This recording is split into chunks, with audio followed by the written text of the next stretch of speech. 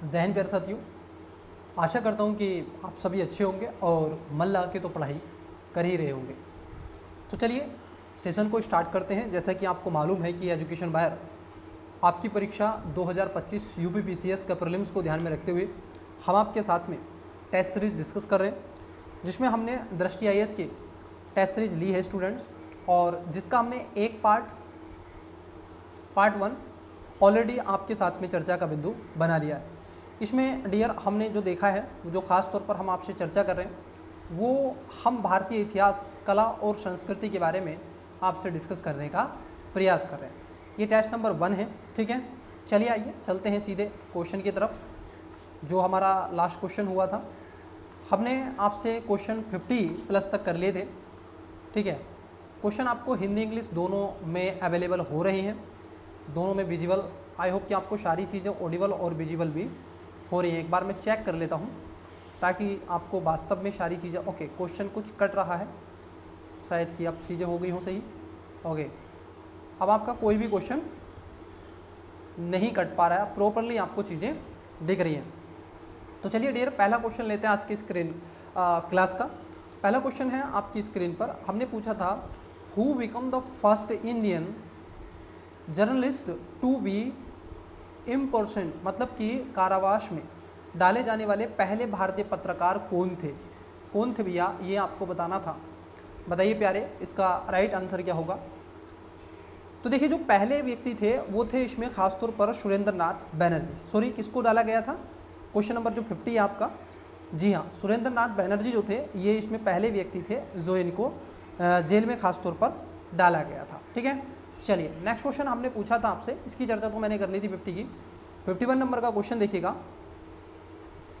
Question है आपका बुझहोम को लेकर के, और बड़ा ही प्यारा क्वेश्चन है डियर। क्वेश्चन है आपका, बुर्जहोम पुरातात्विक स्थल से नपाषाण काल युग के अस्थि निर्मित औजारों की जानकारी मिलती है। यह स्थल कहाँ स्थित है? Information regarding bone made tools of neolithics age is found from Burzahom. This site is located in, तो कहाँ पर है ये जो बुर्जहोम आपको देखने के मिलेगा? तो ये आपको कहाँ पर मिलेगा डियर? ये आपको जम्मू एंड कश्मीर में आपको देखने के लिए मिल जाएगा। कहाँ मिलेगा? इसका राइट आंसर होगा option number C, Burzahom Jammu Kashmir में आपको देखने को मिलेगा। और यहाँ पर सबसे प्रभावी उपकरणों के साथ शिकार करने और पेड़ों की कटाई के लिए चमकदार पॉलिश की कुल्हाड़ियाँ भी आपको मिलती हैं। बिहार की अगर हम बात कर लें, जो बिहार में कई चीज़ें आपको मिलती हैं, जैसे बिहार में एक स्थान है बच्ची, वो है आपका चिरांद। क्या है? चिरांद। तो इस चिरांद से भी आपको कई ऐसी चीज़ें मिलती है, और कश्मीर से अस्थियों से बने हुए उपकरण भी पाए जाते हैं। असम की जो आपकी गारो की पहाड़ियाँ हैं, वहाँ से भी नपाषाण काल स्थल मिलते हैं। कहाँ से? असम। और असम में कौन सी हिल्स है? आप पढ़ते हैं गारो, तो यहाँ पर भी आपको नपाषाण काल स्थल मिलते हैं। चलिए नेक्स्ट क्वेश्चन देखते हैं। क्वेश्चन नंबर था आपका 52। अब 52 को देखते हैं। 52 कौन सा क्वेश्चन था? चारों वेदों में से सबसे लघु वेद कौन सा है? मतलब कि आपको बताना था, 4 वेद आपको देख रखे हो, और शॉर्टेस्ट इन वॉल्यूम कौन से का है इसमें? तो सबसे शॉर्टेस्ट आपको मिलता है। देखो, ये 4 वेद आप पढ़ते हैं, और इसमें सबसे छोटा वेद है सामवेद। कौन सा है आपका? सामवेद सबसे छोटा है। स्मॉलेस्ट आपका वेद आपको देखने के लिए मिलता है, ठीक है, सामवेद।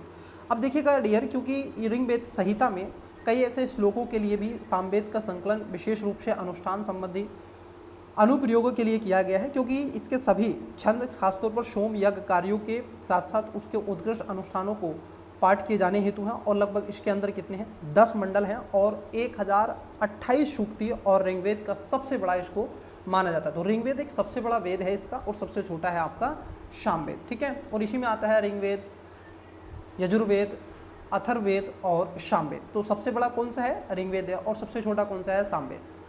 जो तीसरा क्वेश्चन हमने आपसे पूछा था, इसका कई स्टूडेंट्स ने राइट आंसर दिया है। किस पाषाण युग के लोगों की चित्रकला में सबसे अधिक रुचि थी? अब देखो यहाँ पर कह रहे हैं कि जो पाषाण युग के लोगों की चित्रकला में सबसे अधिक जो रुचि थी वो कौन से वाले थे? पूरा पाषाण काल, मध्य पाषाण काल, नव पाषाण काल, या उपरोक्त में से कोई नहीं? तो इसका राइट आंसर बताइएगा क्या होगा। देखिए, चीज़ें बड़ी बदलती हुई आपको मिलेंगी। कई स्टूडेंट्स कह रहे हैं नप्पाफाण काल, डियर आप इट इज़ रॉन्ग। इसका जो है वो आ जाएगा मीजोलिथिक्स जो एज थी आपकी, मध्य पाषाण काल जो देखने के लिए आपको मिलता है, जो खासतौर पर टाइम पीरियड इसका माना जाता है कि 10,000 जो ईसा पूर्व का क्षेत्र है, BCE का जो क्षेत्र है, उसमें आपको ये एरा जो है उस समय का मिलता है। मध्य भारत की जो विंध्यन पहाड़ियों में पाए जाते ऐसे शिल चित्रों से स्पष्ट होता है कि मध्य पाषाण काल के लोगों का कला पर विशेष रूप से लगाव था। और मध्य पाषाण काल के चित्रकल, जैसे हम बात कर लें, जैसे MP की हम बात करते हैं, कहाँ से, अगर हम MP की बात करते हैं मध्य प्रदेश, तो मध्य प्रदेश में ख़ासतौर पर आपको आदमगढ़ क्या मिलता है, यहाँ पर आपने देखा होगा आदमगढ़ से यहाँ पर शुतुरमुर्ग जैसे एक आकृति चित्र को भी दर्शाया गया है ऐसे सर्किल में, तो उसको कहा गया है कि ये उस समय का चित्र है। और इसके साथ साथ मध्य प्रदेश आप देखोगे, मध्य प्रदेश में और है, जैसे भीमबेटका का है, एक तो आदमगढ़ है, एक आपको भीमबेटका का मिलता है, ठीक है, ये आपको मिलते हैं यहाँ से। तो मध्य प्रदेश के आदमगढ़ और भीमबेटका का यहाँ से आपने वो चित्र देखे होंगे, आप जब नितिन सिंघानिया पढ़ते हैं या NCERT पढ़ते हैं तो वहाँ पर भी आपको भीमबेटका के चित्र दिखाए गए हैं जो गुफा के अंदर हैं, ठीक है। वहीं उत्तर प्रदेश के प्रतापगढ़, वहीं पर अगर हम देखें यूपी में कहाँ कहाँ पर आपको मिलता है, तो प्रतापगढ़ में आपको मिलता है। इसके साथ साथ मिर्ज़ापुर में भी आपको डियर ये चित्र देखने के लिए मिलते हैं। तो कई ऐसे यहाँ पर, तो इसका जो राइट आंसर होगा वो क्या होगा, आपका मिशोलॉजिस्ट आपका हो जाएगा, मतलब कि आप देखोगे लोथिक्स, मतलब कि मध्य पाषाण काल जो युग है ये आपको देखने के लिए मिलेगा। उसके बाद आता है क्वेश्चन नंबर आपका 54 नंबर। ये कह रहे हैं सिंधु घाटी सभ्यता के लोगों को निम्नलिखित में से किस पशु के विषय में जानकारी नहीं थी। प्यारे, बड़ा इजी क्वेश्चन है, तो मैं चाहूँगा कि इसका सभी स्टूडेंट्स जो भी वीडियोस को देख रहे हैं, इसका राइट आंसर आपको क्या करना है, कमेंट्स करना है। अब आपका ये हिंदी और इंग्लिश वाला तो लोचा है ही नहीं कि सर हिंदी में नहीं है, इंग्लिश में नहीं है ना, वो तो सब प्रॉपरली आपको दिख रहा है। Which of the following animals was not familiars to Indus Valley Civilisation peoples, तो कौन से में नहीं था इसमें, जैसे कैट आपको दे के रखा है, गधा दे के रखा है, वो कैमल दे के रखा है, लायन दे के रखा है, तो आपको बताना है इसमें कौन सा से वो अवगत नहीं थे। तो इसका कमेंट्स में आप राइट आंसर देंगे, ठीक है। सिंधु घाटी सभ्यता में पालतू पशुओं में आपको कई ऐसे जानवर देखने के मिलते हैं, और मोहनजोदड़ो से घोड़े के साक्ष्य को लेकर के मतभेद भी आपको देखने के लिए मिलता है। लोथल में पाए गए, जैसे आप देखो कि संक्षेपों टेराकोटा मूर्ति, सूर्यकोटदार से अनिश्चित अवशेषों में घोड़े के भी कई ऐसे जानकारी नहीं मिलती। तो खैर घोड़े पर तो एक विवाद रहता ही है कि घोड़ा शायद हुआ करता था या नहीं हुआ करता था, बट एक्चुअली यहाँ पर जो ऑप्शंस देके रखे हैं वो बड़े इजी हो जाएंगे आपके लिए अगर आप इसका आंसर देना चाहेंगे तो चलिएगा मैं नेक्स्ट क्वेश्चन की तरफ बढ़ता हूँ। इसका आंसर आपको कमेंट्स में देना है। फिर से क्वेश्चन क्या है, सिंधु घाटी सभ्यता से ही पूछा गया है। Which of the following pairs is not correctly match regarding the expansion of Indus valley civilization, मतलब कि ये कह रहे हैं सिंधु घाटी सभ्यता में जो भी यहाँ पर स्टेटमेंट दे के रखे हैं इसमें से कौन सा सुमेलित नहीं है, तो ये आपको बताना है। चलिए एक एक करके बात करते हैं। देखो सिंधु घाटी सभ्यता आप पढ़ते हैं, उसके कई ऐसी साइट्स आप पढ़ते हैं, खासतौर पर नॉर्थ इंडिया वाले क्षेत्र में आपको ये देखने के लिए मिलेगा। मैं एक चित्र बना देता हूँ, इसी चित्र से आपको चीज़ें और समझ में आ जाएंगी, है ना। तो ये आपका चित्र है और ये जो क्षेत्र आपको मिल रहा है, अब मैं इसको क्या कर देता हूँ, रेड कर देता हूँ, 1 सेकेंड। ये जो क्षेत्र आपको मिल रहा है डियर, ये जो क्षेत्र है ये सब क्या है, यही आपका इंडस वैली वाला क्षेत्र है। यहीं पर आपकी सिंधु घाटी सभ्यता आपकी थी, यही वो सिंधु घाटी सभ्यता का रीजन है, ठीक है। तो इसको क्या है आपको ध्यान में रखना है। अब उसी के बारे में आपसे पूछा गया है कि कौन सा इसमें मैच नहीं खाता है। 55 नंबर, सबसे उत्तरी जो क्षेत्र है, देखो सबसे जो उत्तर का जो क्षेत्र आपको मिलता है ये मिलता है मांडा। और मांडा कहाँ पर मिलता है, ये मिलेगा आपको जम्मू एंड कश्मीर में। कहाँ मिलता है डियर, तो प्यारे इसका जो होगा आप देखोगे ये हो जाएगा जम्मू एंड कश्मीर, तो कश्मीर में आपको मिलता है। सबसे दक्षिणतम जो स्थल आपको मिलता है देमाबाद, जिसको हम कहते हैं खासतौर पर महाराष्ट्र में ये आपको मिलता है। कहाँ पर मिलता है, MH बोले तो महाराष्ट्र में। सबसे पश्चिमी जो क्षेत्र इसकी बात कर रहे हैं तो ये कह रहे हैं सुरकोटदा। देखो सुरकोटदा जो डियर आपको मिलता है, ये मिलता है सुरकोटदा पंजाब वाले क्षेत्र में आपको मिलेगा खास तौर पर। और यहाँ पर ये सूरकोटदा नहीं आएगा, यहाँ पर आएगा सुतकांगेडोर। कौन सा आएगा, मैं लिख देता हूँ, सुतकांगेडोर, ये इसमें आता है। सुतकांगे आप देखोगे, सुतकांगेडोर है जो पाकिस्तान और ईरान की सीमा पर है। कहाँ पर मिलेगा आपको ये, पाक और ईरान की सीमा पर आपको मिलता है। ठीक है प्यारे, तो यहाँ पर जो है सी आपका गलत है। सबसे पूर्वी जो स्थल है ये आलमगीरपुर है, हिंडन नदी आप देखोगे, और ये आपका उत्तर प्रदेश में कहाँ पर मिलेगा, उत्तर प्रदेश में मेरठ। ठीक है, उत्तर प्रदेश में मेरठ आपको मिलेगा। तो इसका राइट आंसर क्या होगा डियर, सी इसका करेक्ट आंसर हो जाएगा। चलिए प्यारे, नेक्स्ट क्वेश्चन की तरफ बढ़ते हैं। क्वेश्चन है आपका 56 नंबर, बताइएगा 56 नंबर क्वेश्चन। निम्नलिखित कथनों में से लोथल के संबंध में सही नहीं है। क्या पूछा है आपसे, लोथल के संदर्भ में सही नहीं है। ठीक है, तो देखो यह है केम्बे की खाड़ी के पास स्थित एक पत्तन था। अब देखो डियर, यहाँ पर आपको पता होना चाहिए कि केम्बे की खाड़ी कहाँ पर है। दूसरा है, इसका उत्खनन प्रोफेसर SR राव ने किया था। ये तो बात सही है, प्रोफेसर SR राव ने किया था। यह एक प्राकृतिक बंदरगाह, लोथल एक प्राकृतिक बंदरगाह था, यहाँ कोई नगर दुर्ग नहीं थे। बताइएगा इसका राइट आंसर क्या होगा। देखो अगर हम बात कर लें तो ये जो लोथल आपको मिलता है, पहले इस लोथल के बारे में थोड़ी सी इन्फॉर्मेशन जान लेते हैं। ये जो लोथल मिलता है, ये मिलता है आपको गुजरात में, GUJ लिख देंगे, गुजरात में आपको मिलता है। और केम्बे की खाड़ी के पास में कौन सी है, भोगवा नदी। यहाँ पर एक नदी मिलती है जिसको बोलते हैं भोगवा नदी। इस भोगवा नदी के पत्तन के रूप में एक उत्खनन प्रोफेसर R राव ने ही इसको किया था। और भोगवा नदी के मध्य खंबात की खाड़ी से गुजरती है, ईंट से निर्मित है, कृत्रिम बंदरगाह यहाँ पर पाया जाता है। और ये क्या कर रहे हैं, यह एक प्राकृतिक बंदरगाह था। नहीं डियर, ये आप देखोगे नेचुरल नहीं था, बल्कि मैनमेड आपका ये था। ठीक है, कैसा था, कृत्रिम था, आर्टिफिशियल इसको हम बोलेंगे, इसको आर्टिफिशियल शॉर्ट में लिख देंगे, आर्टिफिशियल इसको आप बोलोगे, कृत्रिम इसको बोलोगे। यहाँ कोई नगर दुर्ग नहीं थे, ये बात एकदम सही है, यहाँ पर कोई दुर्ग नगर नहीं हुआ करते थे। स्त्री और पुरुष दोनों संयुक्त रूप से दफनाने के साक्ष्य सिंधु सभ्यता में सती प्रथा की ओर संकेत करने का प्रयास करते हैं। और इस स्थल से पाई गई वस्तु में चावल, भूसी, घोड़े, संसयपुर के आप टेराकोटा की मूर्ति, अग्निवेदिकाएं, फारस की खाड़ी प्रकार की मोहरे और समुद्री व्यापार की ओर संकेत करने के बजाय बाले जहाज और टेराकोटा मॉडल शामिल। यहाँ स्थान मन के कारखाने के लिए भी प्रसिद्ध देखे जाते हैं। तो डियर जो इसका राइट आंसर हो जाएगा वो हो जाएगा क्या, option number C is correct answer. चलिए नेक्स्ट क्वेश्चन देखते हैं।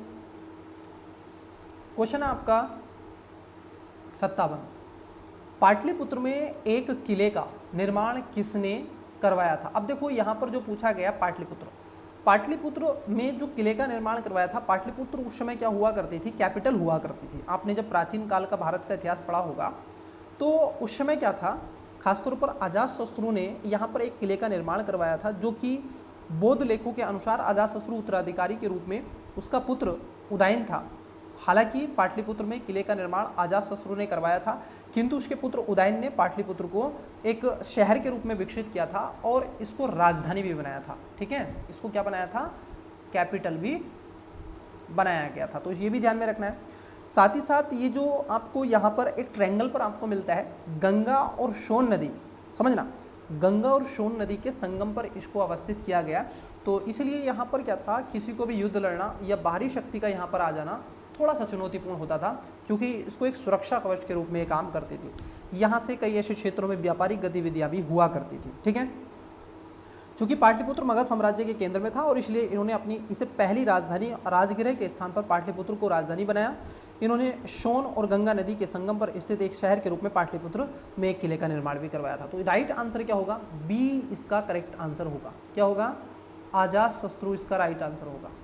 अच्छा, इसी में आपको बताना है निम्नलिखित में से कौन सा था ऐसा जिसने अपने फादर को दैट मतलब कि मारने के पश्चात जो गद्दी पर बैठा था, तो उसमें भी यही हो जाएगा, कौन, अजातशत्रु।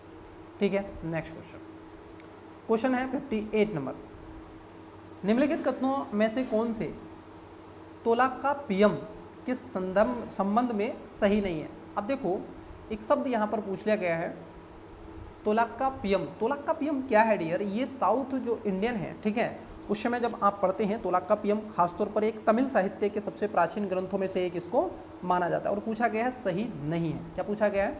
सही नहीं है। देखो यह तमिल साहित्य का सबसे प्राचीन, बिल्कुल आप देखोगे एक साहित्य के रूप में जाना जाता है, ये बात तो एकदम सही हो जाएगी। इसकी रचना इलांगो आदगिल ने की थी। नहीं, ये गलत है। इसकी जो रचना की थी डियर वो खासतौर पर तोलकापियार ने की थी। किसने की थी? तोलकापियार ने इसकी रचना की थी, ये ध्यान में रखना। तोलकापियार ने इसकी रचना की थी और ये तमिल व्याकरण से संबंधित है। फिर भी यह संगम काल के राजनीतिक, आर्थिक, सामाजिक स्थितियों के बारे में जानकारी प्रदान करता है। और ये 3 भागों में था, जिसमें इंग्लो आदिल की रचना के नाम को शिल्पादिकारम तिकारम के रूप में जाना जाता है। व्यापारिक आप देखोगे कोबलन की कहानी है और जिसमें वह अपनी कुलीन पत्नी कन्नंगी की उपेक्षा कर कावेरी पट्टनम की मधावी नामक वेश्या से प्रेम करने लगता है। तो यहाँ पर जो होगा ये इसका राइट आंसर बी हो जाएगा। यह तमिल व्याकरण की एक रचना, ये सही है। और यह संगम काल की राजनीतिक और आर्थिक, बिल्कुल ये जानकारी भी प्रदान करता है। तो जो आपकी क्या है, तोलकापियम के द्वारा, तोलकापियम जो है आप देखोगे रचना तोलकापियार के द्वारा इसको लिखा गया था। ठीक है, चलिए नेक्स्ट क्वेश्चन। क्वेश्चन आपका 59 नंबर। कौन सा गुप्तकालीन सिक्कों के संबंध में सही नहीं है? Which of the following is not correct regarding गुप्त एज कॉइन्स। देखो क्या पूछा है, गुप्त एज कॉइन्स। मैं देखो क्या करता हूँ, जैसे मैं अपना पैटर्न बता रहा हूँ आपको डियर। होता क्या है, जब भी आप क्वेश्चन को पढ़ें तो उसमें एक बार इंग्लिश में भी पढ़ लें तो आपके लिए थोड़ा सा ईजी हो जाता है। ठीक है, चलिए। तो चांदी के सिक्कों के रूप में इसको रुपयक कहा जाता था। देखो जो चांदी के सिक्के हुआ करते थे इसको रुपयक कहा जाता था और इसको जीतल भी कहा जाता था। ध्यान रखना, इसको जीतल भी कहा जाता था और इसको रुपयक भी कहा जाता था। सही है। सोने के सिक्के को दिनार कहा जाता था। जी हाँ, सोने के सिक्के को दिनार भी कहा जाता था। गुप्त काल के दौरान जारी किए गए सोने के सिक्कों को गुणवत्ता बहुत अच्छी थी। देखो यही गलत है। इस समय क्या हुआ था, क्योंकि गुप्त काल के समय सबसे ज़्यादा जो स्वर्ण मुद्राएं जारी करी गई थी वो इन्हीं के शासनकाल में हुई और इतनी मुद्राएं इन्होंने जारी कर दी कि इसकी जो क्वालिटी थी, ठीक है, ये जो इसकी क्वालिटी थी डियर, ये इसकी क्वालिटी लो क्वालिटी के हुआ करते थे। कैसे होते थे? लो क्वालिटी के हुआ करते थे। गुप्तकालीन शासक अनुष्ठान कार्य के पश्चात विशेष सिक्के जारी करते थे। ये भी बात सही है। तो यहाँ पर गलत पूछा है आपसे, नॉट करेक्ट पूछा है आपसे, तो आप कहोगे कि सी इसका राइट आंसर हो जाएगा। ओके, नेक्स्ट क्वेश्चन देखते हैं। क्वेश्चन नंबर है आपका 60। हु वाज गुप्त, जो आपके कालीन प्रशासन, एक शब्द देके रखा है यहाँ पर, देखो महादंड नायक इन गुप्ता एडमिनिस्ट्रेशन। किसको कहा जाता था? महादंड नायक। देखो डियर, होता क्या है, जो दंडनायक अधिकारी होगा तो वो दंड देने का काम करेगा। सामान्यतः क्या करेगा? दंड देने का काम करेगा। तो क्या होना चाहिए वो बताओ। यहाँ पर देखो कमांडर इन चीफ होना चाहिए, चीफ जस्टिस होना चाहिए, पुलिस डिपार्टमेंट हेड होना चाहिए जिसको PDH कहते हैं, या फिर पोस्ट बार काउंसिलेशन होना चाहिए। अब मुझे बताओ इसका राइट आंसर क्या। देखो जब महादंड नायक की बात की जाएगी, दंड देने की बात की जाएगी, तो एक ही अधिकारी होगा, वो होगा जस्टिस। चीफ जस्टिस जो हुआ करता था ये दंड देने का काम करता था। महाबलीकृत सेनापति होते थे। महादंड नायक न्यायाधीश को हम कहते हैं जस्टिस हुआ करते थे। सदिव्राहिक जो होते युद्ध के साथ संधियों के विषय के सामने देते थे जानकारी। दंड पार्षिक पुलिस विभाग का सर्वोच्च अधिकारी होता था।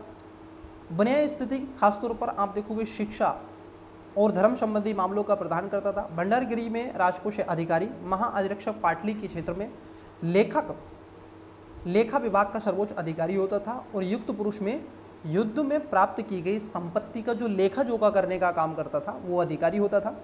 महाप्रतिहार में जो आप देखोगे हाजा प्रसाद से संबंधित घोषित की देखरेख करने वाला अधिकारी होता था। अग्रहारिक जो था ये दान विभाग का प्रधान होता था। तो यहाँ पर जो राइट आंसर होगा वो करेक्ट आंसर होगा सी।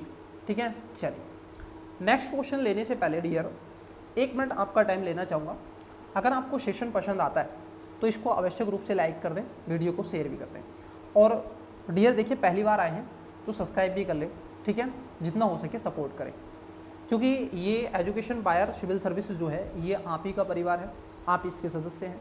इसको मेंटेन करना, इसको आगे बढ़ाना, इसको आगे तक लोगों तक इन्फॉर्म कर देना, ये आपकी जिम्मेदारी हो जाती है।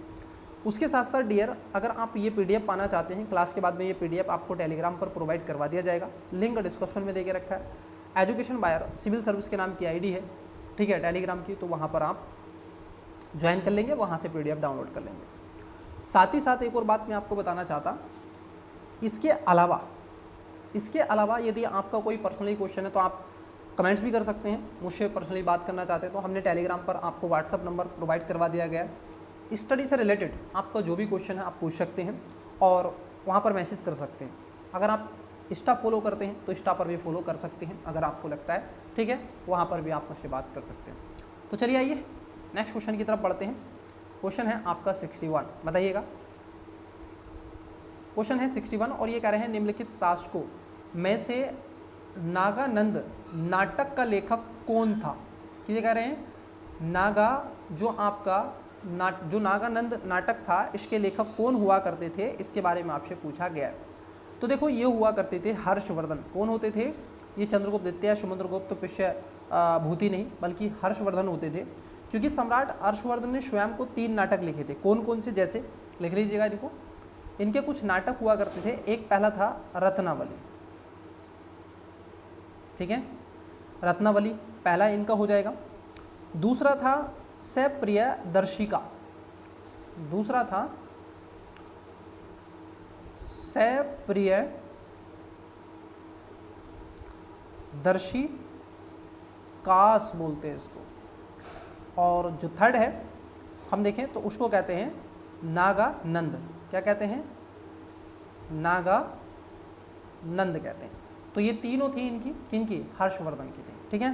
तो इसका जो राइट आंसर हो जाएगा ऑप्शन नंबर सी इसका करेक्ट आंसर हो जाएगा। चलिए नेक्स्ट क्वेश्चन देखेंगे 62। निम्नलिखित कथनों में से कौन सा अमोघ वर्ष प्रथम के संबंध में सही नहीं है? Which of the following is not correct regarding Amogh Vardhan प्रथम। बताइएगा। वह राष्ट्रकूट वंश से संबंधित थे, वैशेव मत के अनुयायी थे। उनकी प्रसिद्ध कृति कन्नड़ भाषा में रचित आप देखोगे कवि राजमार्ग है। उन्होंने मालखेड़ नगर में राष्ट्रकूट राजधानी का निर्माण करवाया था। तो बताइएगा इसका राइट आंसर क्या हो जाएगा। क्वेश्चन नंबर है 62। देखिए अमोघ जो वर्ष के बारे में आप समझते हैं तो ये शैव मत के अनुयायी नहीं थे, बल्कि किसके थे? देखो ये जो खास तौर पर है राष्ट्रकूट से जो संबंधित थे, ये 64 वर्ष की दीर्घ अवधि के समय शासन किया था और गागावड़ी के नियंत्रण से बाहर इसके शासनकाल में रहे। लोकप्रिय संस्कृति के विकास को ये खास तौर पर जैन धर्म के मतलम्बी थे। कौन थे? जैनिज्म से ये संबंधित थे, तो जैन धर्म को ये फॉलो करते थे। बाकी पहला सही है, सी भी सही है और चौथा भी सही है। नेक्स्ट देखते हैं। तंजौर में बृहदेश्वर मंदिर का निर्माण किसने करवाया था? वेरी सिंपल एंड दैट, बहुत ही ईजी सा क्वेश्चन है। देखो विजयालय, राजा राज प्रथम ने, राजेंद्र प्रथम ने, राजेंद्र द्वितीय। बहुत ईजी है। अब इसमें से ए हटा दो और डी हटा दो, बताओ राइट आंसर क्या हो जाएगा। इतना ईजी कर रहा हूँ आपके लिए। 63 का आपको कमेंट में राइट आंसर देना है, ठीक है। क्वेश्चन नंबर जो आपका 63 है, ओके, इंग्लिश में नहीं दिख रहा ना क्वेश्चन, अब दिख रहा है। इंग्लिश वाले विद्यार्थी, who built the Brihadeeswara temple at Tanjore, और क्वेश्चन मार्क पूछ लिया कि भाई बताओ इसमें से कौन सा जो तंजौर में बृहदेश्वर मंदिर का निर्माण है वो किसने करवाया था, ठीक है। बताइए इसका राइट आंसर कमेंट्स में दो। क्वेश्चन है आपका 64 नंबर। ये कह रहे हैं कि ऋग्वेदिक आर्य, देखो इसमें हिंट्स मैंने दे दिया है, इसमें आंसर ए नहीं है और डी नहीं है। अब या तो बी है या सी है, वो आपको लेना है, रिक्स जो भी लेना है। ऋग्वेदिक आर्य किसके द्वारा शासित थे? देखो ऋग्वेदिक जो आर्य हुआ करते थे, जनजातीय राजतंत्र था या लोकतांत्रिक स्वरूप था, राजशाही सरकार था या वृद्धजनों का शासन था। देखो ये जो आए थे ये एक तरीके से आप देखोगे एक वृद्धजनों द्वारा शासन के रूप में इन्होंने स्टार्ट किया था। कई ऐसी परिषदें बनाई थी जो शासित करती थी, जिन्हें सभा और समिति के नाम से भी जाना जाता था। यह सभा बुजुर्गों का एक चुनिंदा संस्था और राजा को प्रशासन संबंधी सलाह देता था। यह कानूनी न्यायालय के रूप में भी कार्य करता था, अपराध के मामले में सुनवाई भी करता था, सजा भी देता था। सभा के प्रधान को सभापति कहा जाता था। सबसे लोकप्रिय सभा समिति हुआ करती थी जिसमें आम लोग शामिल होते थे। समिति का मुख्य जो कार्य हुआ करता था वो राजनीतिक कामकाज की देखरेख करना था और उसके साथ साथ प्रयोग राजा के जो चयन के लिए भी समिति के मुखिया को पति कहा जाता था। तो इसका जो राइट आंसर क्या होगा, ऑप्शन नंबर डी हो जाएगा। क्वेश्चन है आपका 65, निम्नलिखित कथनों में से कौन सा लोहा युग के चित्र आप देखोगे जो भूरे मृदमांड है पीजीडब्ल्यू संस्कृत से संबंधित नहीं है। क्या पूछा है, संबंधित नहीं है, इज नॉट ट्रू, मतलब कि गलत। बताओ इसमें राइट आंसर क्या है। 65 का करेक्ट आंसर दो। देखिए ये कह रहे हैं इस काल के लोग मिट्टी से बने कटोरे और चित्रित भूरे मिट्टी के बर्तनों का उपयोग करते थे। ऑफ कोर्स ये करते थे। चित्रित भूरे मृदमांड मतलब कि पीजीडब्ल्यू स्लोप पूर्वी यूपी बिहार के निकटवर्ती इलाकों में स्थित है। देखो ये आपको पूर्वी, ये जो बिहार का रीजन है, उत्तर प्रदेश का रीजन है, यहाँ पर आपको नहीं मिलेगा। इस युग के लोग लोहे के हथियारों का भी इस्तेमाल किया करते थे। हाँ, इस काल में कई जनजातीय समूहों और राज्यों का भी उल्लेख मिलता है। प्यारे, जो इसका राइट आंसर होगा वो करेक्ट आंसर होगा ऑप्शन नंबर बी। ठीक है, यहाँ उत्तर प्रदेश वगैरह में आपको नहीं मिलेगा, बल्कि पंजाब, हरियाणा और राजस्थान के आसपास ये चीज़ें आपको मिलती हैं। पश्चिमी, देखो यहाँ पर क्या कह रहे हैं, इन्होंने कहा पूर्वी उत्तर प्रदेश। पूर्वी उत्तर प्रदेश नहीं है प्यारे, यह है आपका पश्चिमी, पश्चिमी यूपी है पहली बात। दूसरी बात, एक और बात याद रखना, यह आपको राजस्थान में और पंजाब में, पीवी और हरियाणा में यहाँ पर आपको मिलते हैं, ना कि इधर मिलते हैं। चलो नेक्स्ट क्वेश्चन देखो, 66 नंबर का क्वेश्चन। यहाँ पर उपनिषद दे के रखे हैं और व्याख्या है। बताओ उपनिषद और उसके डिस्क्राइब्स क्या हैं। जैसे ऐतरेय है आत्मा और चेतना की उत्पत्ति, छंदयोग्य, कंठ और मुंडक। अब यहाँ पर देखो आपने पढ़ा होगा सत्यमेव जयते। यूपीएससी ने ये जो सत्यमेव जयते है ये आपसे पूछा है कि ये किससे लिया गया है, तो इसको लिया गया है मुंडकोपनिषद से। कहाँ से लिया गया है, मुंडकोपनिषद से। तो कहने का तात्पर्य यहाँ पर मेरा ये हो जाएगा कि जो आपका छंद योग्य उपनिषद है ये मंत्रियों की जो लय हुआ करती थी, जो जपा करते थे, वो इससे रिलेटेड है। तो पहले का होगा दूसरा, जो आपका छंद योग्य है, सॉरी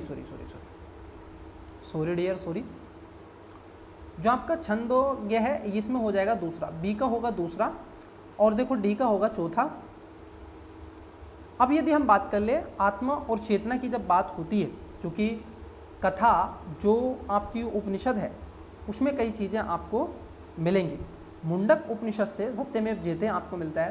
पूछा क्या था आपसे, एक बार पुनः पढ़ देते हैं, पूर्ण प्रयोग करके सही उत्तर चुनिए। देखो सही उत्तर आपको चुनना था, तो वास्तव में मुंडक उपनिषद से सत्यमेव जयते, सत्य की ही जीत और मंत्री विवरण के रूप में इसका आपको प्रयोग देखने के लिए मिलता है। तो इसके नीचे चलते हैं, ऑप्शंस तो नीचे आपको मिलेंगे ना, यहाँ मिलेंगे ऑप्शंस। तो देखो, तो पहले का आपका पहले का पहला हो जाएगा, दूसरे का दूसरा, तीसरे का तीसरा और चौथे का चौथा। अब यदि आपको नहीं भी पता था, एक भी अगर मालूम था कि मुंडक उपनिषद से सत्यमेव जयते लिया गया, तो तब भी आप इसका आंसर निकाल सकते थे। Got it. तो नेक्स्ट क्या हो जाएगा, right answer option number A हो जाएगा। चलिए, लेकिन अभी क्या है, आपसे क्या पूछा जा सकता है। अभी एक शब्द बहुत ज़्यादा रह रहा है, वसुदेव कुटुंबकम। अब ये आपको कमेंट्स में बताना है, वसुदेव जो कुटुंबकम शब्द है ये किससे लिया गया है, कहाँ से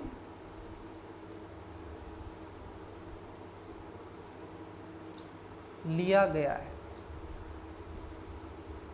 ठीक है, ये आपको बताना है। जो आपका वसुदेव कुटुंबकम है ये कहाँ से लिया गया डियर, तो ये आपको बताना है प्यारे कमेंट्स में। चलिए नेक्स्ट क्वेश्चन है आपका 67। निम्नलिखित में से किस मौर्य सम्राट को अमित्र घात कहा जाता है। देखो अमित्र घात का मतलब होता है मित्र के साथ में घात करने वाले को अमित्र घात कहा जाता है। जब आप हिंदी पढ़ोगे तो हिंदी में सारी चीज़ें आपको दिखाई जाती हैं। बताऊंगा जब मैं आपका पेपर वो सोल्व करूंगा, ठीक है, सीसैट वाला जो होता है, तो वहाँ पर कई चीज़ें मेरी आपसे डिस्कस होंगी। और मैं ये भी बताऊंगा कि हिंदी के कौन से आपको मतलब कि जो चैप्टर हैं, टॉपिक्स हैं, वो पढ़ने हैं और कहाँ से उसमें ज़्यादातर आपके क्वेश्चन बनते हैं। तो देखो इसमें कौन सा आ जाएगा, जो अमित्र घात कहा जाता था वो बिंदुसार को कहा जाता था। बिंदुसार के अगर टाइम पीरियड की बात कर लें, किसकी बात कर लें, बिंदुसार, तो इनका टाइम पीरियड था आपका 297 से 273, 297 से 273 BC, ये इनका टाइम पीरियड था। और वह मौर्य सम्राट था। उसने यूनानी लेखक और अमित्रों चट्टे शत्रुओं का नाश करने वाला कहकर के संबोधित करते हैं, जबकि पतंजलि के महाभाष्य में उनकी अमित्र घात शत्रुओं की हत्या कहा गया है। तो ये थोड़ा सा आपको ध्यान में रखना है। उसने 2 समुद्रों के बीच में भूमि यानी अरब सागर और बंगाल की खाड़ी पर विजय प्राप्त की थी। तिब्बती भिक्षु जो आपके तारानाथ, जिन्होंने भारतीय बौद्ध धर्म का 7वीं शताब्दी इतिहास में लिखा था, उनके अनुसार बिंदुसार के महान शासकों में से एक चाणक्य ने 16वें शहरों और कुलीनों को शासक के रूप में नष्ट कर दिया था और उन्होंने पूर्वी व पश्चिमी समुद्र के बीच में आने वाले सभी क्षेत्रों को शामिल बना दिया गया। तो ये आपको क्या है, ध्यान में रखना है। चलिए नेक्स्ट क्वेश्चन देखते हैं। क्वेश्चन है आपका 68 नंबर।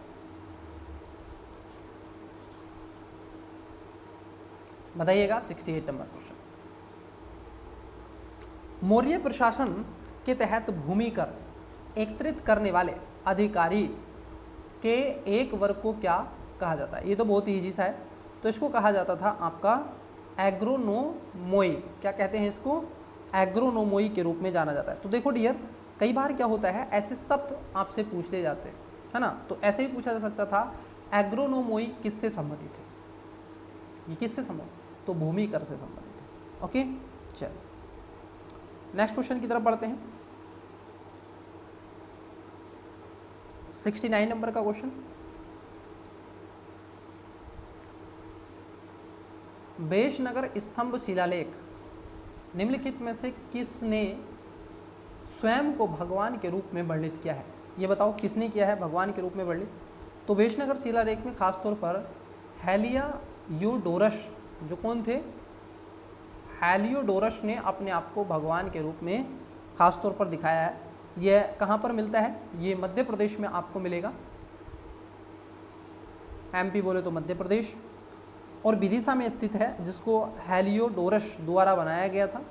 वह सुंगा राजवंश के दरबार में तक्षशिला के इंडो ग्रीक शासन, खासतौर पर आप देखोगे अम्ता लक्ता और एटिया लक्की डांस का यूनानी राजदूत था, जिसने शिलालेखों के उत्तीर्ण में स्वयं को भगवान यानी भगवान कृष्ण और गरुड़ विष्णु के वाहक का उपासक बताते हुए और घोषणा करते हुए कि उन्होंने इसे देवता के सम्मान के स्तंभ में रूप में स्थापित किया था। तो इसका जो राइट आंसर होगा ऑप्शन नंबर डी इसका करेक्ट आंसर हो जाएगा। क्वेश्चन देखो आपका 70 नंबर का क्वेश्चन है, बताइएगा। हिंदी इंग्लिश दोनों में आपको विजिबल हो रहा है। निम्नलिखित कथनों में से कौन सा इंडो ग्रीक जो आपके शासक और मेनेंडर से संबंधित सही है? तो बताओ। उनकी राजधानी शाकल में थी। कहाँ पर थी? उनकी जो कैपिटल हुआ करती थी ये शाकल में ही हुआ करती थी। ये बात सही है। कहाँ पर थी? शाकल में थी। आधुनिक सियालकोट, जिसको पंजाब में, ये शाकल कहाँ पर मिलता है? सियालकोट पंजाब में। PB कर देंगे सियालकोट। बौद्ध ग्रंथ मिलिंद पन्हाओ, मिलिंद और नागसेन के बीच में एक दार्शनिक वाद विवाद है। ये बात सही है। और जो नेक्स्ट समय में आने वाले ख़ास तौर पर बुद्ध को कहा जाता है, तो वो मिलिंद पन्हाओ इनकी एक रचना थी नागसेन की, तो उसमें वाद विवाद है बौद्ध धर्म के बारे में। तो यहाँ पर पहला भी सही है और दूसरा भी सही है। तो राइट आंसर क्या होगा? ऑप्शन नंबर आप देखोगे ए हो जाएगा। नेक्स्ट बताइएगा, आप ही से पूछ रहा हूँ, राइट आंसर 70 का। कुषाण वंश के निम्नलिखित शासकों में से किसने अपने सिक्कों पर स्वयं को महेश्वर घोषित कर दिया? क्या? महेश्वर, मैं ही तो सबसे महान हूँ ईश्वर। तो किसने घोषित किया था? 71 नंबर में बताइएगा। Who among the following rulers of Kushan dynasty proclaimed himself as Maheshwara on his coins. बताइएगा इसका राइट आंसर क्या होगा। तो ये थे आपके क्लूज कडिफेरस, ठीक है, कौन थे, क्लूज कडिफेरस। 71 में क्या हो जाएगा, चूंकि इसका जो राइट आंसर होगा, सॉरी, ये थे आपके बिम कडिफेरस, क्लूज नहीं थे, बिम कडिफेरस।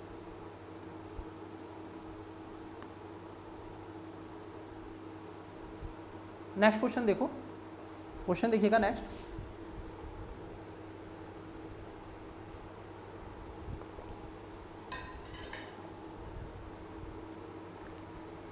बहत्तर नंबर का क्वेश्चन है,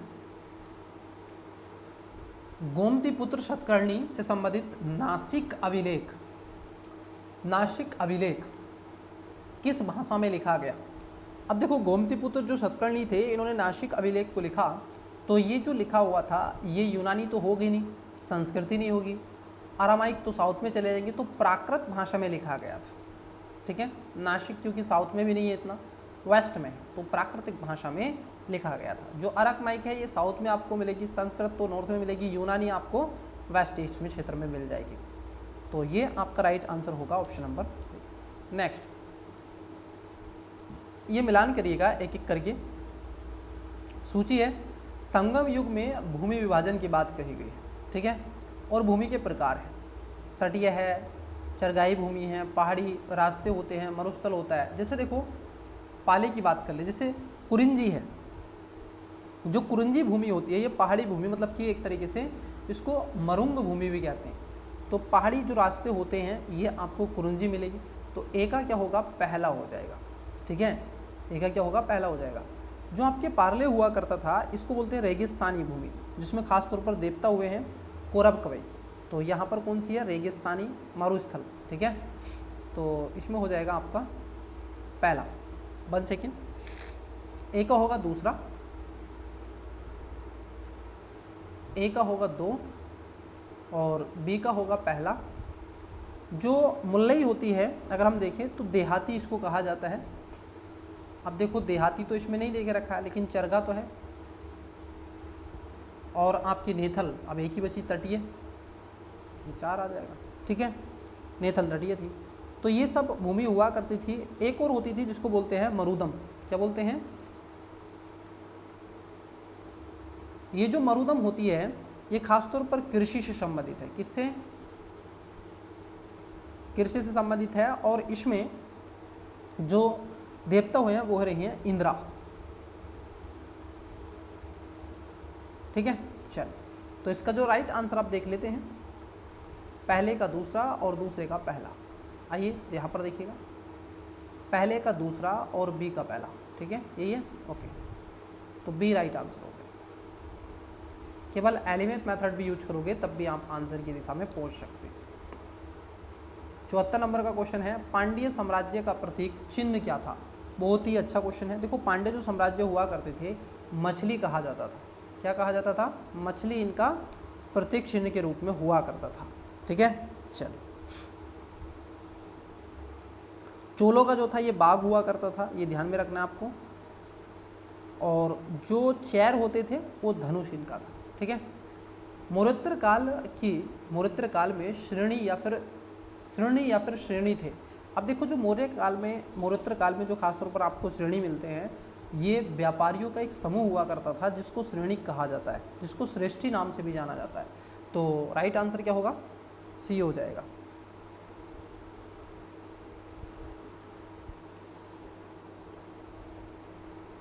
आइए क्वेश्चन देखिएगा 76, मैं गूगल से ले लेता हूँ।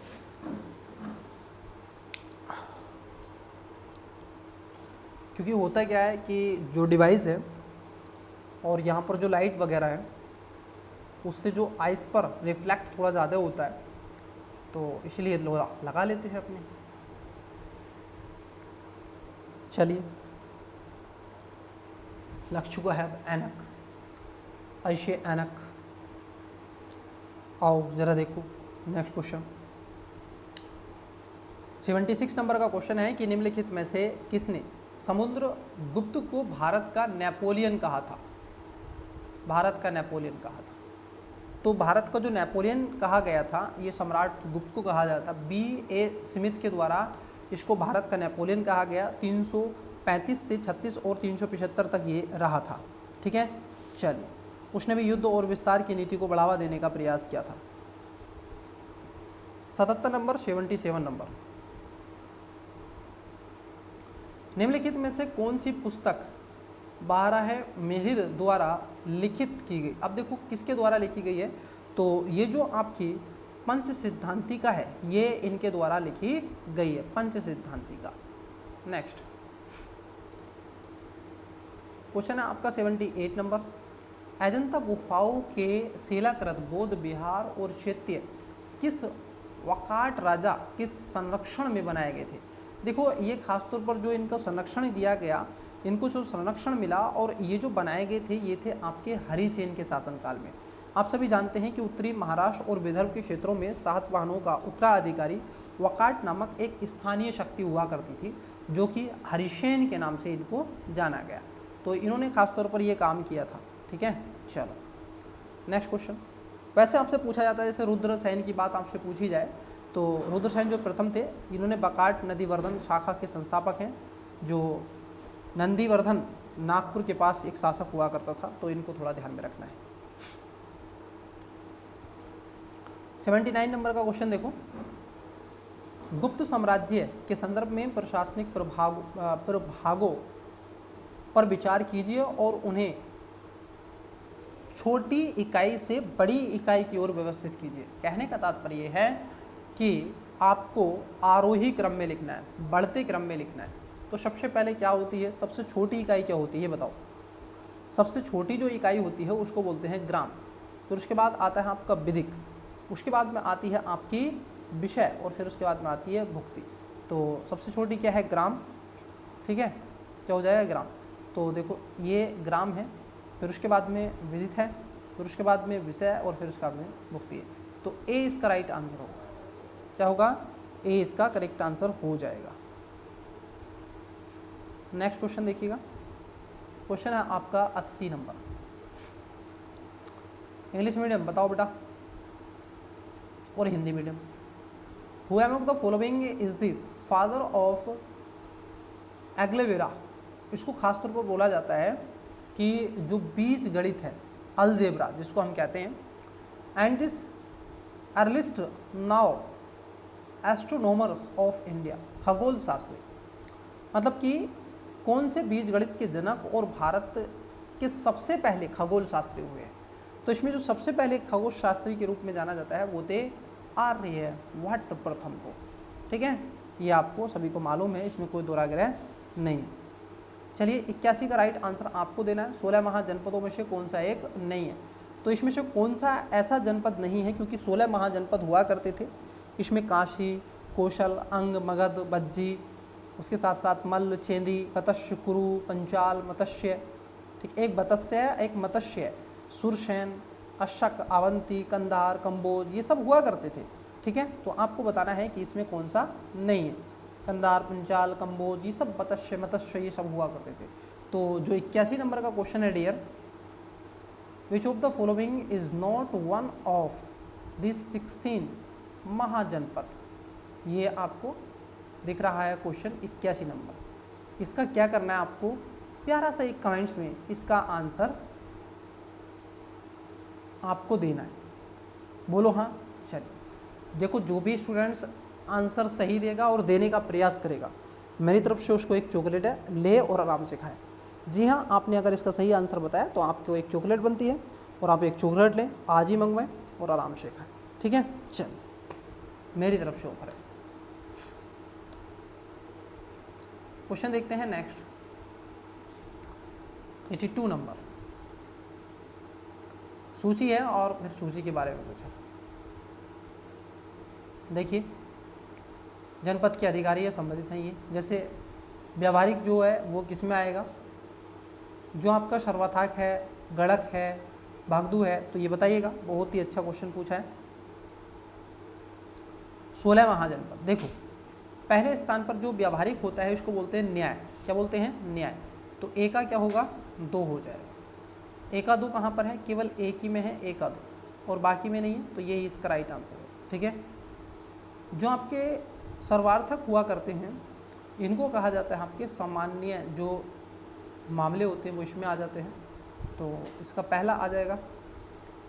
गणक की अगर हम बात कर लें तो गणक आपका मुख्य लेखाकार हुआ करता था, 4 इसका आ जाएगा। और भाग दू की बात कर लें तो भाग का आपका जो संग्रह होता है वो इसमें शामिल हो जाएगा। तो इसका जो राइट आंसर होगा वो बी इसका करेक्ट आंसर होगा। नेक्स्ट,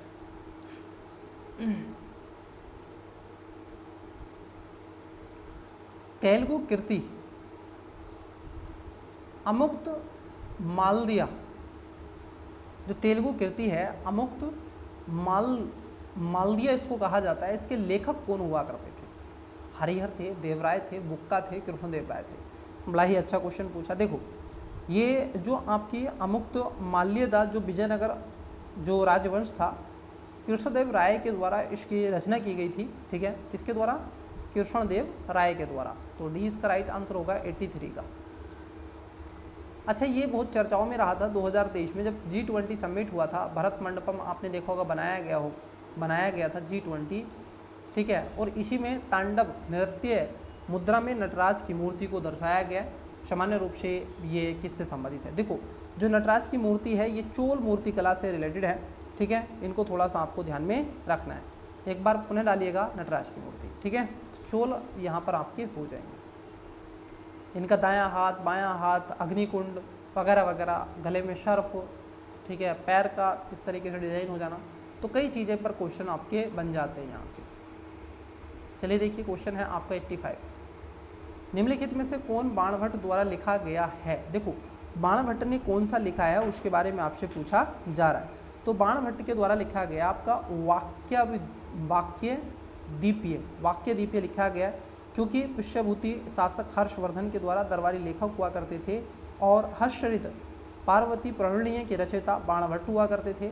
उसके साथ साथ आप देखोगे मयूर द्वारा लिखा गया मयूरास्तक प्रख्यात व्याकरण जिसको भरूहर, ठीक है, और उनके दरबार में कई ऐसे जैसे ये हर्षवर्धन ने किया। तो यहाँ पर जो इसका राइट आंसर होगा वो होगा डी। ठीक है, क्या होगा? डी। तो इसके द्वारा लिखा बाणभट्ट ने एक तो हर्षचरित लिखी थी, एक पार्वती पार्य लिखी थी, यहाँ पर मयूर शतक और ये आपका नहीं था। तो डी इसका राइट आंसर होगा। ठीक है, डी। Okay, 1 and 2। नेक्स्ट,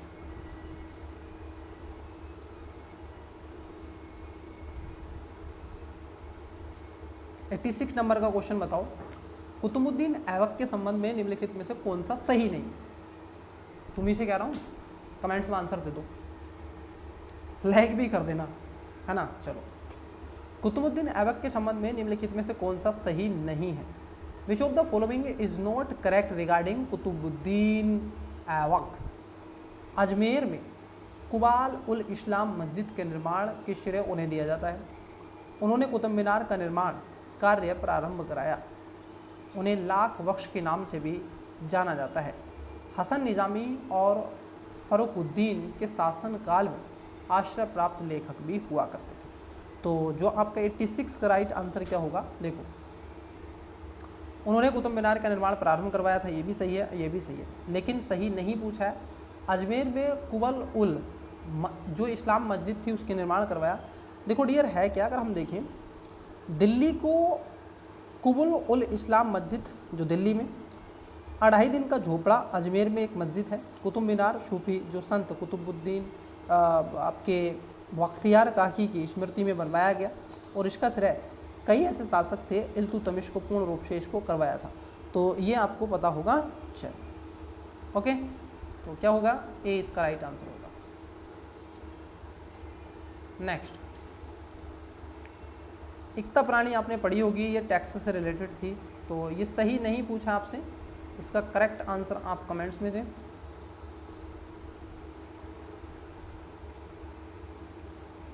कि एकता जो प्राणी है यह कृषि पर लगने वाली एक प्रथा थी कर की। इसमें वंशानुगत के प्रावधान होते थे। इसके अंतर्गत एक अधिकारी को वेतन के बदले में एक क्षेत्र और राजस्व का अनुदान दिया जाता था। इसमें सल्तनत के दूरस्थ हिस्से को केंद्र सरकार से जोड़ने में सहायता। अब बताइएगा इसमें कौन सा सही नहीं है, कमेंट्स में आपको इसका बताना है। 87 का राइट आंसर आपको कमेंट्स में देना है। बस आपको शब्दों का खेल है, शब्दों का उच्चारण है। सैयद वंश के संस्थापक कौन थे ये आपको बताना है। मुबारक शाह, मोहम्मद शाह, खज्र खान या फिर आलम शाह। तो इसके जो शासक हुआ करते थे वो थे खासतौर पर आप देखोगे खज्र खान। सैयद वंश के खज्र खान थे, इन्होंने ही इसकी स्थापना की थी। और मुल्तान का गवर्नर भारत में तैमूर का नायब के रूप में नियुक्त भी किया गया था। उन्होंने तुगलक वंश के अंतिम सुल्तान मतलब कि आप देखोगे नसीर उद्दीन महमूद शाह तुगलक की मृत्यु के बाद उनका उत्तराधिकारी बन गया और नसरुद्दीन की सेवा करने वाले दौलत खान लोदी को पराजित कर दिया गया। और इस राजवंश द्वारा 1414 से 1415 तक और 37 वर्ष तक ये शासन किया। तो ये कौन थे? खिज्र खान थे। नेक्स्ट 89 नंबर बाबर के संदर्भ में आपसे पूछा गया है और ये है वह नक्शबंदिया सूफी ख्वाजा उबुद्दौला आरहार के अनुयायी था। चंदेरी का युद्ध 1527 में बाबर और मालवा के राजपूत शासक मेदिनी राय के बीच में लड़ा गया था। बताइएगा इसका राइट आंसर क्या होगा। देखो पहला भी इसमें सही है और सेकेंड भी सही है। कौन सा सही है? तो दोनों सही। नेक्स्ट 90 नंबर का है और पूछा क्या है, which of the following statement is not true, असत्य पूछा है। हुमायूं ने लाहौर में जमाली मस्जिद एवं ईसा खान मस्जिद का निर्माण करवाया। ठीक है। दूसरे में कह रहे हैं आपसे कि शेरशाह सूरी ने रोहताश किला बनवाया जो पाकिस्तान में स्थित यूनेस्को विश्व धरोहर का स्थल है। शेरशाह सूरी के समय मोसा प्रशासन का न्यूनतम स्तर होता था। हुमायूं का मकबरा 1570 में बनवाया गया था और 1993 में यूनेस्को द्वारा इसे विश्व धरोहर स्थल के रूप में सूचित किया गया। ये भी हुमायूं ने लाहौर में जमाली मस्जिद और ईसा खान मस्जिद का निर्माण करवाया था। यहीं पर ये गलत है क्योंकि हुमायूं ने दिल्ली में एक नया शहर बसाया और उसे दीन पनाह के नाम से भी जाना गया। तो ये लाहौर में नहीं था, पहली बात तो ये ध्यान में रखो, ये था आपका दिल्ली में। ठीक है, ये था आपके दिल्ली में। अब देखो है क्या, थोड़ा सा इसको भी समझना। इसमें जो राइट आंसर है वो है आपका ए। नेक्स्ट अब देखो ये मेडिवल हिस्ट्री से क्वेश्चन चल रहे हैं। अकबर के संदर्भ में निम्नलिखित कथनों पर विचार कीजिए। थॉमस रो उनके दरबार में आने वाले पहले अंग्रेज थे। उनका अंतिम अभियान 1601 में गोलकुंडा के विरुद्ध था। अब बताइएगा क्वेश्चन नंबर 91 का राइट आंसर क्या है। देखो यहाँ पर दोनों बातें क्या हो जाएंगी, आपसे सही पूछा है तो दोनों ही गलत है, पहली भी गलत है दूसरी भी आपकी गलत है। ठीक है, चलिए नेक्स्ट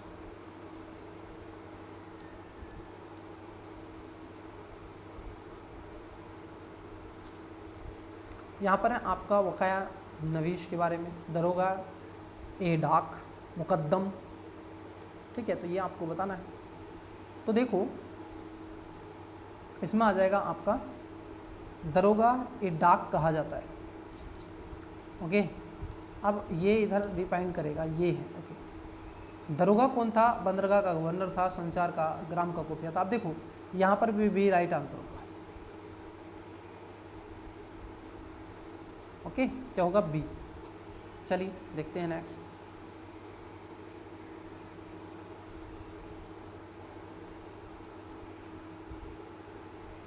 तिरानवे नंबर का बताओ राइट आंसर क्या है।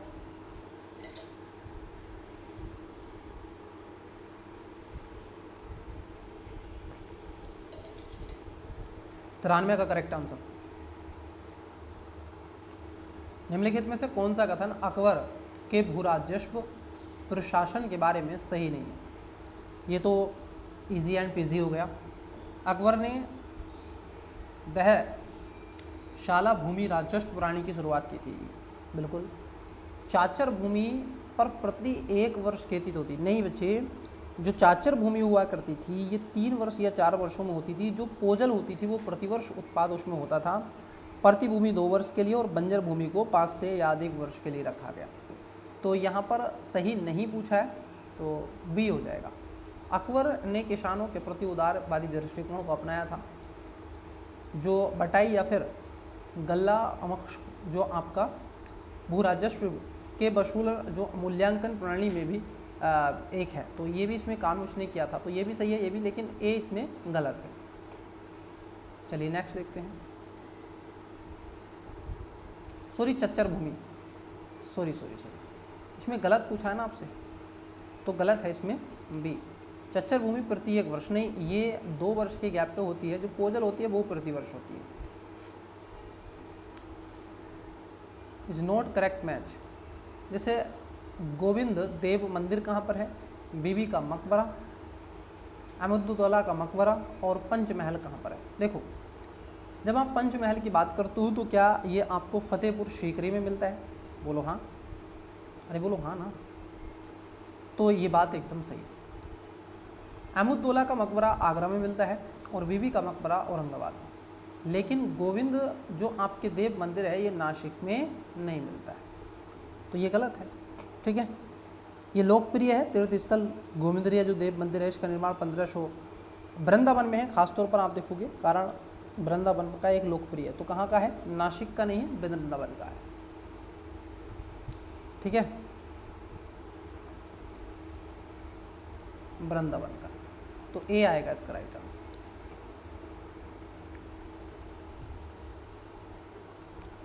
निम्नलिखित में से किसने बाबरनामा का फारसी में अनुवाद करवाया था? इससे जी क्या होगा? फेजी ने, अबुल फजल ने, या अब्दुल रहीम खान ए खाना ने, मिर्जा अजीज़ कुआ। तो किसने करवाया था बताइएगा? बाबरनामा का फारसी में अनुवाद फेजी अबुल फजल। ठीक है, कौन थे? अबुल रहमीन ए खान खाना के द्वारा इसको किया गया था। नेक्स्ट है आपका, कथनों पर विचार कीजिए।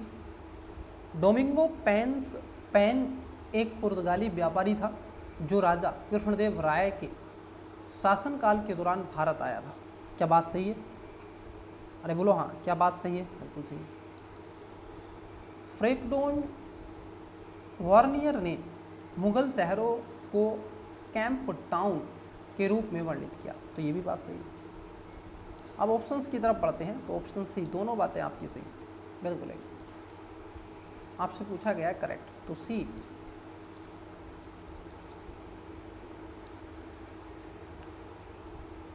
सूफीवाद में आप देखोगे सूहर का अर्थ क्या होता है। देखो सूहर का जो अर्थ होता है डियर, उसको हम कहते हैं मोक्ष प्राप्ति के लिए समर्पण के भाव से ही तो कहते हैं सूफीवाद। ठीक है, चलिए उसके बाद आता है आपका 98 नंबर का क्वेश्चन। मराठा स्थानीय और प्रांतीय प्रशासन के संदर्भ में आरोही क्रम में व्यवस्थित कीजिए। देखो सबसे पहले क्या क्या आता है, तो सबसे पहले आता है प्रांत, प्रांत से है तरफ, और तरफ से है परगना, परगना से है मौजा।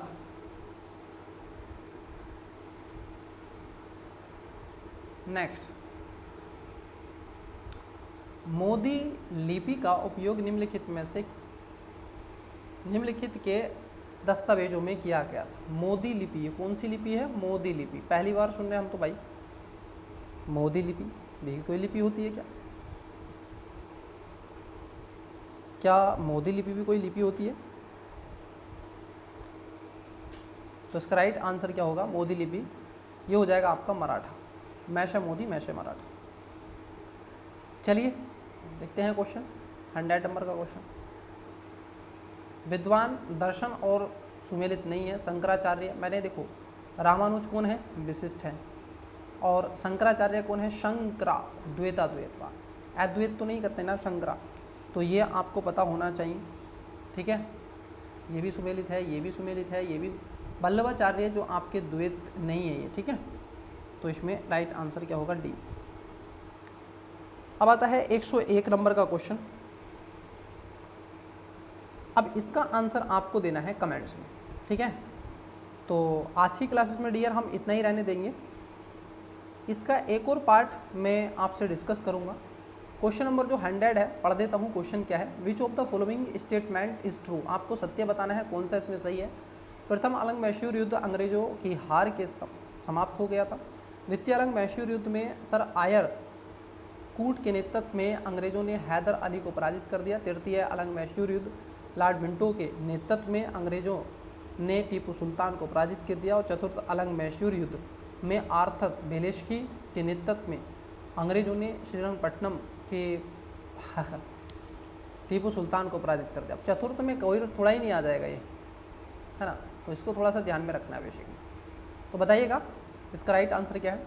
तो चलिए स्टूडेंट्स, इसका एक और पार्ट हम लेंगे, फिर उसके बाद में जो आपके नेक्स्ट जो आपका टेस्ट होगा, टेस्ट नंबर 2, तो उसमें हम 2 पार्ट में ही कवर करने का प्रयास करेंगे, परंतु स्टार्टिंग है, ठीक है। तो हमारा उद्देश्य रहेगा, ये PDF आपको टेलीग्राम पर मिल जाएगा, लिंक डिस्क्रिप्शन में देकर रखना है।